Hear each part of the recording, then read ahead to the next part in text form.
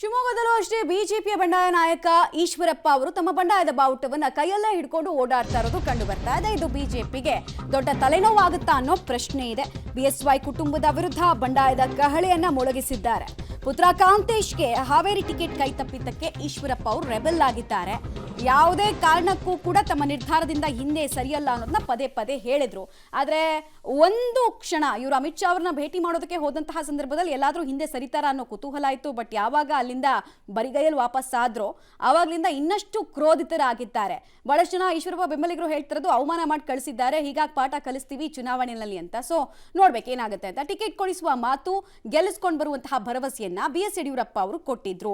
10 ತಿಂಗಳ ಹಿಂದೆ ಈ ಡಿಸ್ಕಷನ್ ಆಗಿತ್ತು. ಹೀಗಾಗಿ ನನ್ನ ಮಗ ಕ್ಷೇತ್ರದಲ್ಲಿ ಓಡಾಡ್ತಾ ಇದೆ ಅಂತ ಪದೇ ಪದೇ ಅವ್ರು ಹೇಳ್ತಾ ಇದ್ರು. ಆದ್ರೆ ಅಂತಿಮ ಕ್ಷಣದಲ್ಲಿ ಕಾಂತೇಶ್ ಬದಲಿಗೆ ಬೊಮ್ಮಾಯಿ ಅವರಿಗೆ ಹಾವೇರಿ ಟಿಕೆಟ್ ಅನ್ನ ಕೊಡಿಸಲಾಯಿತು. ಬೇಕು ಅಂತ ಮಗನಿಗೆ ಟಿಕೆಟ್ ತಪ್ಪಿಸೋ ಕೆಲಸ, ಷಡ್ಯಂತ್ರ, ಕುತಂತ್ರ ಎಲ್ಲವನ್ನ ಕೂಡ ಇಲ್ಲಿನವರೇ ಮಾಡಿದ್ರು. ಬಿಎಸ್ವೈ ಅವರದೇ ಮೇನ್ ರೀಸನ್ ಅವರ ಕುಟುಂಬದ ವಿರುದ್ಧ. ಹೀಗಾಗಿ ತೊಡೆತಡ್ತಾ ಇದ್ದಾರೆ ಈಶ್ವರಪ್ಪ ಅವರು. ಪುತ್ರನಿಗೆ ಟಿಕೆಟ್ ಕೈ ತಪ್ಪಿದ ವಿಚಾರದಲ್ಲಿ ಅಸಮಾಧಾನಗೊಂಡಿದ್ದಾರೆ. ಬಿಜೆಪಿ ನಾಯಕರ ಸಂಧಾನಕ್ಕೆ ಈಶ್ವರಪ್ಪ ಅವರು ಒಪ್ತಾ ಇಲ್ಲ.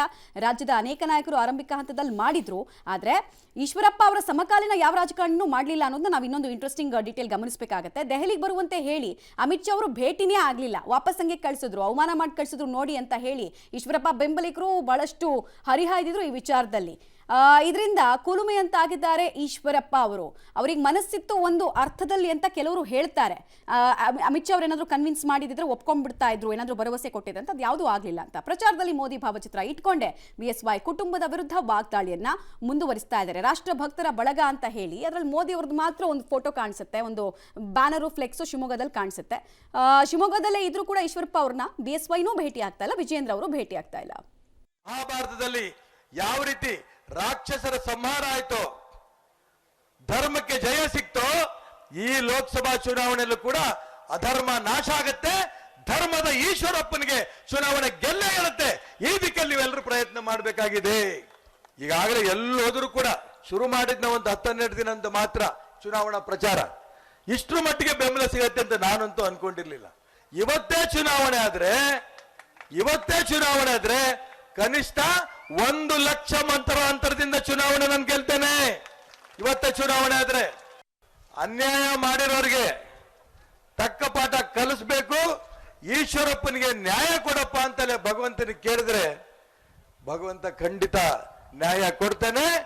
ಬರೆದಿಟ್ಕೊಳ್ಳಿ, ಈ ಲೋಕಸಭೆ ಚುನಾವಣೆಯಲ್ಲಿ ಧರ್ಮದ ಪರವಾಗಿರಂತ ನಿಮ್ಮ ಪ್ರೀತಿಯ ಈಶ್ವರಪ್ಪ ಈ ಚುನಾವಣೆಯಲ್ಲಿ ಗೆದ್ದೇ ಗೆಲ್ತೀನಿ, ಯಾವ ಅನುಮಾನವೂ ಬೇಡ.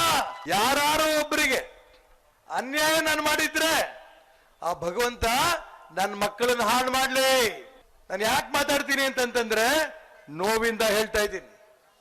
ನೋವಿಂದ ಹಿಂದುತ್ವದ ಬಗ್ಗೆ ಕೆಲಸ ಮಾಡ್ತಾರಂತ ಹಿಂದೂವಾದಿಗಳೆಲ್ಲ ಇವತ್ತು ಮೂಲೆ ಗುಂಪು. ಹೂನಪ್ಪ, ಈಶ್ವರಪ್ಪನ ನಾಯಕ. ಈಶ್ವರಪ್ಪ ಕಟ್ಟಿದ್ದಾರೆ, ಅನಂತಕುಮಾರ್ ಕಟ್ಟಿದ್ದಾರೆ, ಯಡಿಯೂರಪ್ಪನವರು ಕಟ್ಟಿದ್ದಾರೆ. ಎಲ್ಲ ಅಧಿಕಾರ ಈಶ್ವರಪ್ಪ ಬಿಟ್ಟು ಯಡಿಯೂರಪ್ಪನ ಮಕ್ಕಳೆಲ್ಲ ಕೈಯಲ್ಲಿ ಇರ್ಬೇಕಾ? ಇದನ್ನ ಹೇಳಿ ವಿಜೇಂದ್ರ. ಕೇಂದ್ರ ಚುನಾವಣಾ ಸಮಿತಿ ಅಧ್ಯಕ್ಷ ನಿಮ್ಮ ಅಪ್ಪ, ನಿಮ್ಮ ಅಣ್ಣ ರಾಘವೇಂದ್ರ MP, ನೀನು MLA. 6 ತಿಂಗಳು ಖಾಲಿ ಇಟ್ಕೊಂಡು ಹಠ ಮಾಡ್ಕೊಂಡು ರಾಜ್ಯ ಅಧ್ಯಕ್ಷ ಸ್ಥಾನ ತಗೊಂಡ್ರಿ. ಎಲ್ಲ ನಿಮ್ಮ ಕುಟುಂಬಕ್ಕೆ ಬೇಕು, ಬಿಟ್ಕೊಡು. ನನಗೆ ಕೊಡ್ತೀಯೋ? ಲಿಂಗಾಯತರು ಬೇಕು ಅನ್ನೋದ್ರ ಯತ್ನಾಳಿಗೆ ಕೊಡು, ಒಕ್ಕಲಿಗರು ಬೇಕು ಅನ್ನೋದ್ರ ಪ್ರತಾಪ್ ಸಿಂಹ